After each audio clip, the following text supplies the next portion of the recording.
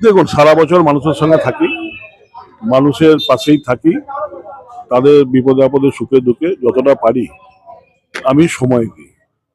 তাই এটা তো তার পাওনা, এবং এটা আমাকে দেখে নয়, মমতা ব্যানার্জি যে 15 বছর ধরে বাংলার উন্নয়ন করছে নানা প্রকল্পের মাধ্যমে, বাংলার সমস্ত ভাষাভাষী মানুষের, সমস্ত ধর্মের মানুষের এবং সমস্ত সমাজের সমস্ত ধরনের মানুষের এই যে প্রকল্পগুলো করেছেন মেয়েদের জন্য, মায়েদের জন্য। তাই সেই শুভেচ্ছা আমার মাধ্যমে তারা মাননীয় মুখ্যমন্ত্রী মমতা ব্যানার্জিকে দিচ্ছেন। বোলপুর, অভিষেক ব্যানার্জি যেটা বলেছেন সেটা সার্বিকভাবে বলেছেন, কিন্তু বোলপুরের জল সমস্যা আছে দীর্ঘদিন ধরে। যেটা 11 সালে একটা প্রকল্প, 1 সালে একটা প্রকল্প হয়েছিল, সেটা 10 সালে যেহেতু 11 সালে যেহেতু ভোট ছিল, সে প্রকল্পটা হয়নি। এতদিনে মাননীয় মুখ্যমন্ত্রী বোলপুরবাসীর জন্য প্রায় 130 কোটি টাকার একটা জল প্রকল্প দিয়েছেন, জলস্বপ্ন যে দিয়েছেন। আশা রাখি খুব শীঘ্রই কাজ চলছে এবং প্রায় কাজ শেষের দিকে। এই আশা রাখি শীঘ্রই বোলপুর শহরের পৌরসভার মধ্যে জল কষ্ট মিটে যাবে। সমস্যা তো নানা ধরনের আছে, তেমনি সমস্যার সমাধানও আমরা নানা ধরনের করছি। এবার দিনকে দিন এলাকা বাড়ছে, শহর বড় হচ্ছে, টাউন ছড়িয়ে যাচ্ছে। তো সেরকম নতুন সমস্যা আসবে, সে সমাধান হবে। পৌরসভা আছে, উন্নয়ন পর্ষদ আছে এবং সরকারি সরাসরি সংস্থা আছে। এই সব মিলে সেই সমস্যাগুলো আমরা সমাধান প্রায় করে ফেলেছি, যতটা আছে বাকি সামনের দিনে সেটাও হয়ে যাবে।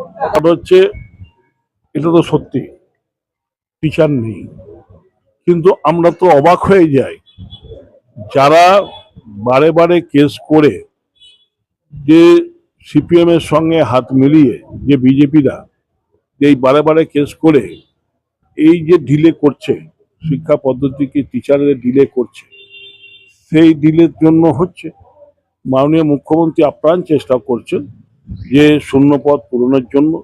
এবং আমরা তো দেখছি যে মন্ত্রিসভা বৈঠকে প্রতিদিনই ক্যাবিনেটে গাদা গাদা পোস্ট উনি স্যাংশন করেন, যাতে বাংলার মানুষের চাকরি যেমন, ছেলে মেয়েদের বেকার চাকরি যেমন হবে, তেমনি বাংলার উন্নয়নটাও আরো এগিয়ে যাবে। সিট যদি খালি থাকে তাহলে কাজের ক্ষতি হয়। তাই উনি আপ্রাণ চেষ্টা করছেন, সীমিত ক্ষমতার মধ্যেও তিনি চেষ্টা করছেন। আপনারা তো দেখতে পাচ্ছেন কেন্দ্রীয় সরকার কিভাবে বিমাতৃসুলভ আচরণ করছে বাংলার প্রতি। 1,96,000 কোটি টাকা এখনো পর্যন্ত আটকে রেখেছে। আজকে যদি এই টাকাটা তারা ছাড়তো, তাহলে প্রতিটি বিধানসভায় প্রায় 500 থেকে 600 কোটি টাকার কাজ। তা সেখান থেকে তো আমাদের বঞ্চিত করছে। এবার তাদের প্রতিনিধিরা এখানে এসে বড় বড় কথা বলছে, তার মানে হচ্ছে, একটা কথা আছে না, বাংলায় প্রবাদ আছে, চোরের মায়ের বড় গলা। তাই ওখান থেকে আটকানো বলে, এখান থেকে বলে আটকানো হচ্ছে। আবার এখানে এসে তারা বলছে কোনো কাজ হচ্ছে না, শূন্য শেষ, এখনো চেয়ার শূন্য। তা কেন্দ্রীয় সরকারের কত চেয়ার শূন্য? তারা তো বলেছিল 2 কোটি করে চাকরি দেবো বেকার ছেলে মেয়েদের, দিয়ে 14 সালে ভোট নিয়েছিল। আর 14 থেকে 26 এই 12 বছরে কত লক্ষ চাকরি দিয়েছে তারা। বরঞ্চ তাদের আমলে 1.5 কোটি মানুষের চাকরি চলে গেছে। এবার করোনার পর থেকে ঠিক কেন্দ্রীয় সরকার লাগাম না ধরার ফলে কত আইটি সেক্টর বন্ধ হয়ে গেছে, কত ক্ষুদ্র শিল্প বন্ধ হয়ে গেছে, কত কলকারখানা সরকার বিক্রি করে দিয়েছে। তা এই যে চাকরির সোর্স, যে মানুষ চাকরি পাবে, সেই জায়গাটাকে তারা সংকুচিত করে দিচ্ছে।